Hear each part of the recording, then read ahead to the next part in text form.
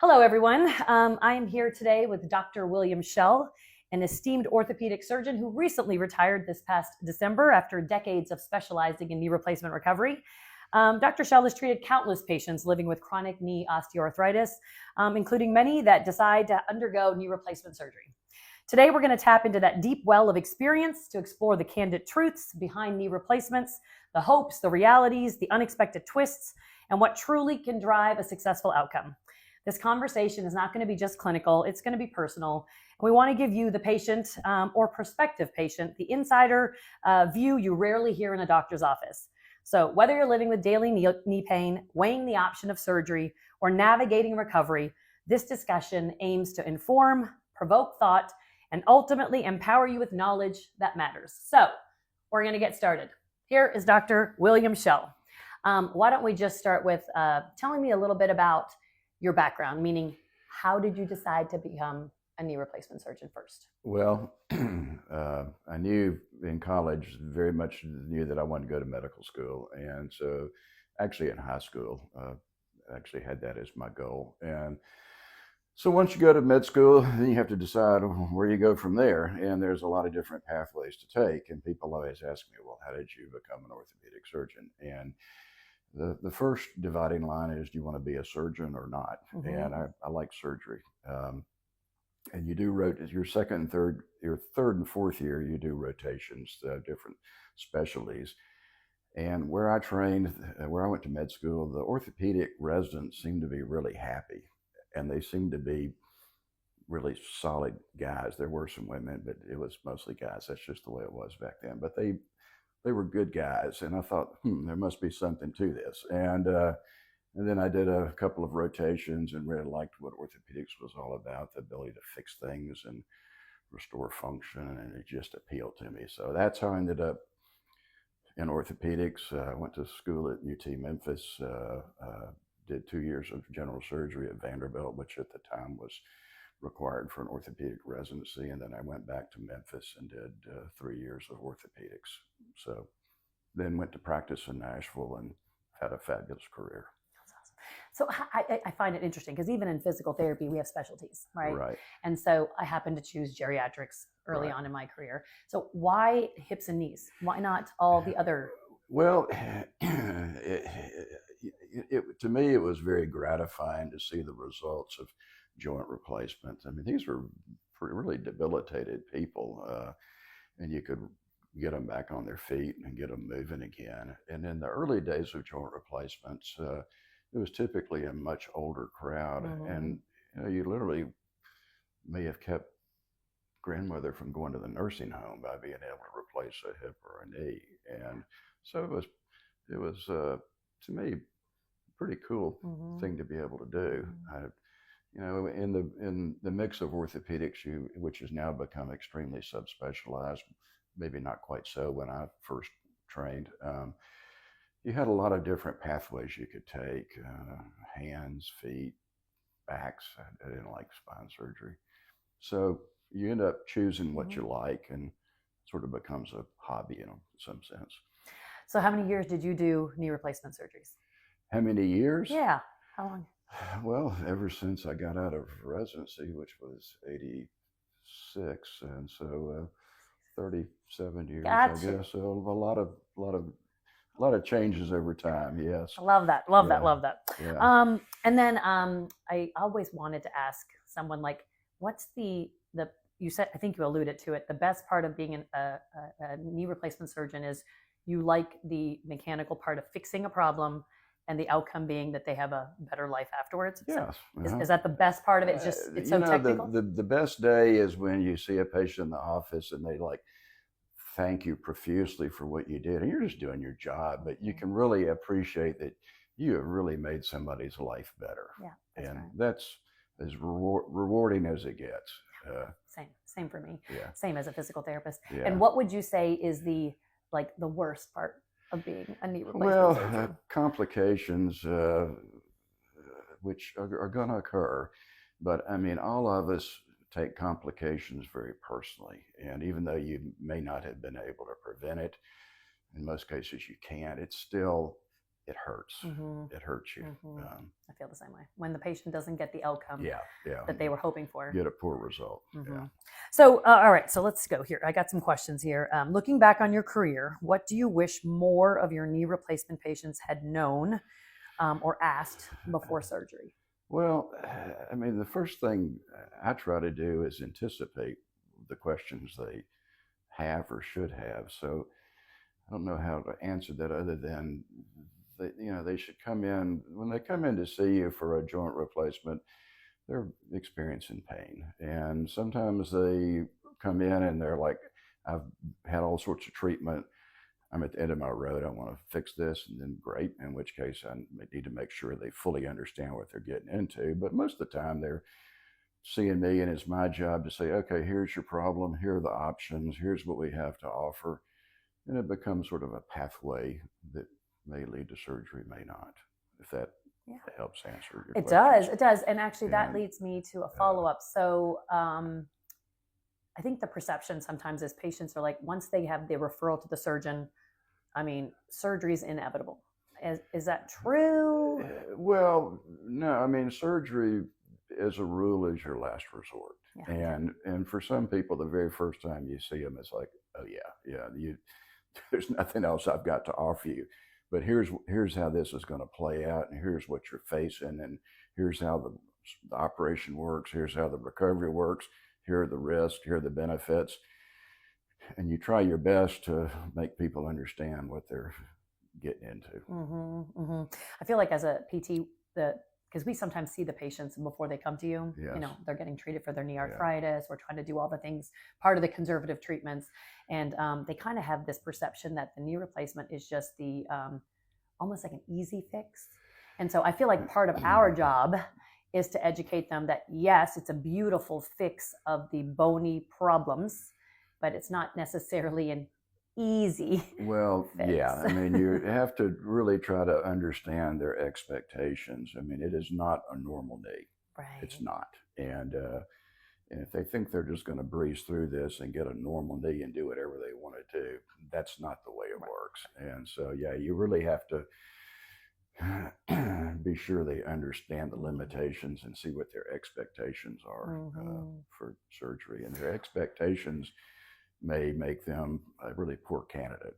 I agree with you. I feel like expectations set people up for disappointment. Unrealistic expectations set them up for disappointment. And same thing, I feel like our job as PTs, if we get access to them before surgery, is to educate them that it will be your full-time job after the surgery, meaning the surgery is one component of fixing your problem. Yes. The second one comes with the actual what you do after the surgery. Because you can only do so much.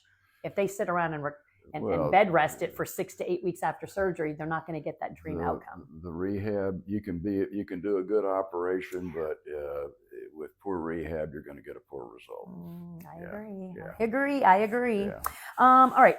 I had some questions submitted by some patients that I've had experience with, and they asked, like, is there ever been a time where someone came in and said, I want knee replacement surgery, and you thought it was not a good idea for whatever reason? Well, there are a variety of reasons why people are poor candidates. I say not number one, but like we just discussed, expectations. I mean, people come in and they want to, I can't run anymore. I can't do this. And I'm like, oh, well, a knee replacement's not going to get that for you. And so expectations are really important. And then you have to really listen to their symptoms and kind of decide, how debilitated are they? How much pain are they really in? I can't measure those things, but that's very important in my decision whether or not to offer somebody joint replacement.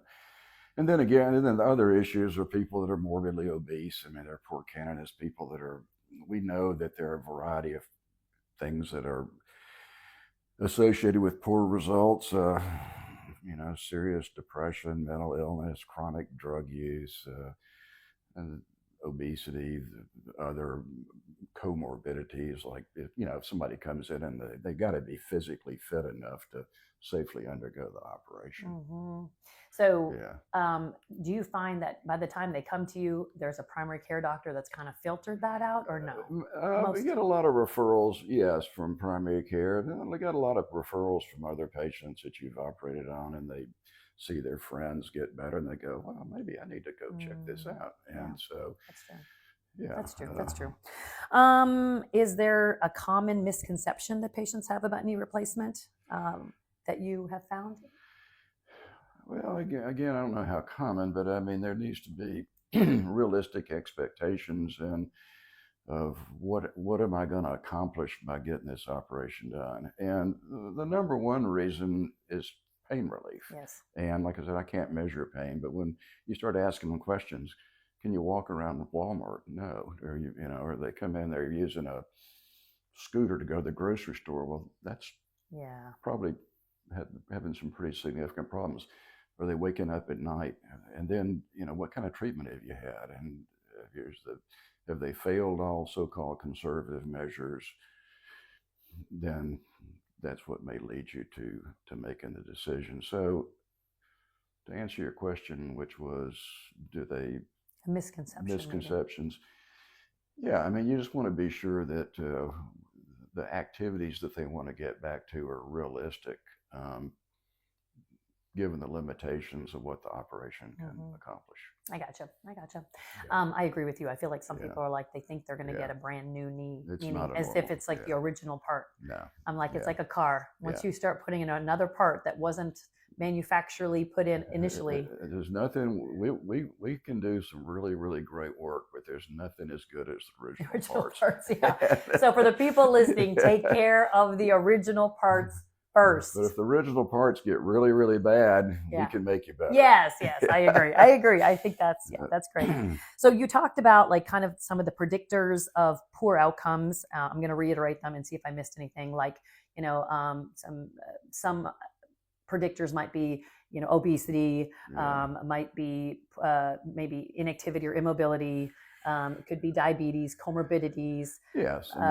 Those are kind of predictors that the outcome might be.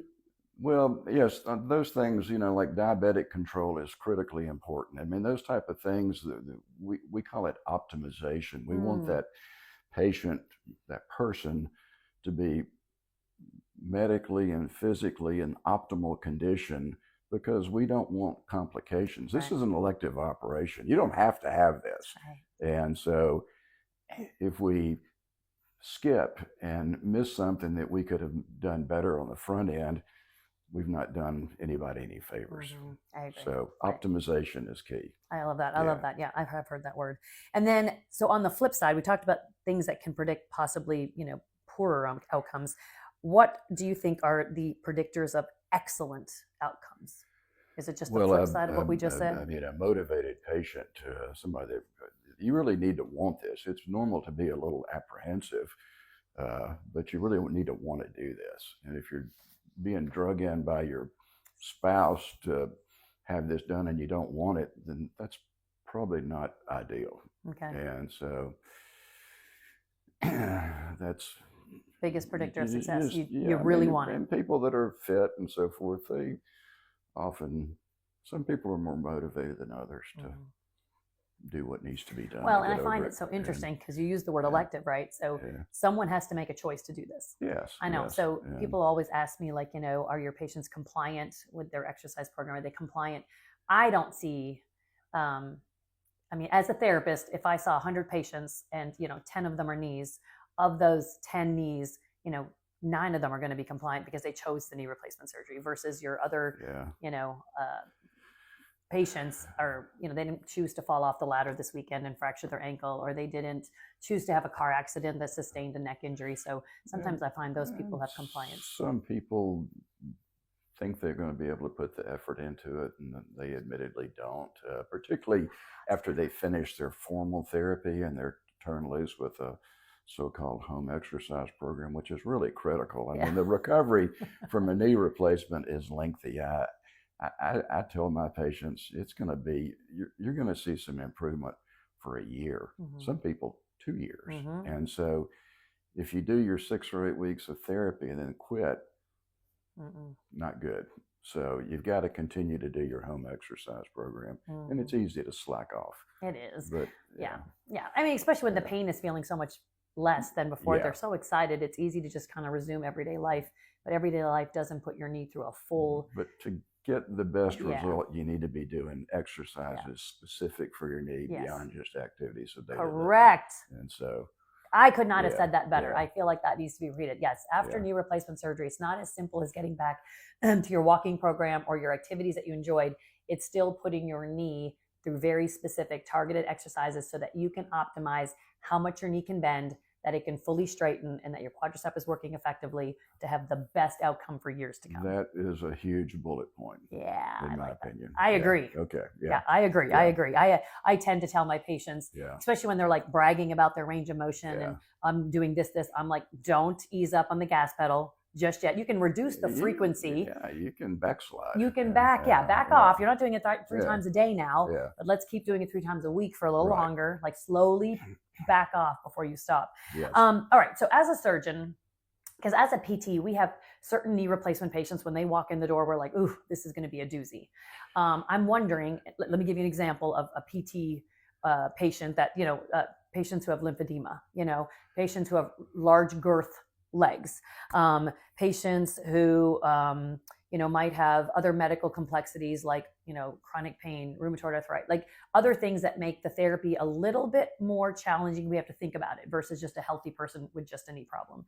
So as a surgeon, like I've heard some surgeons say, like if the patient's super muscular, or whether they're obese, or whether they're a brittle diabetic, like, or they've had multiple surgeries on that leg that you're going to operate on.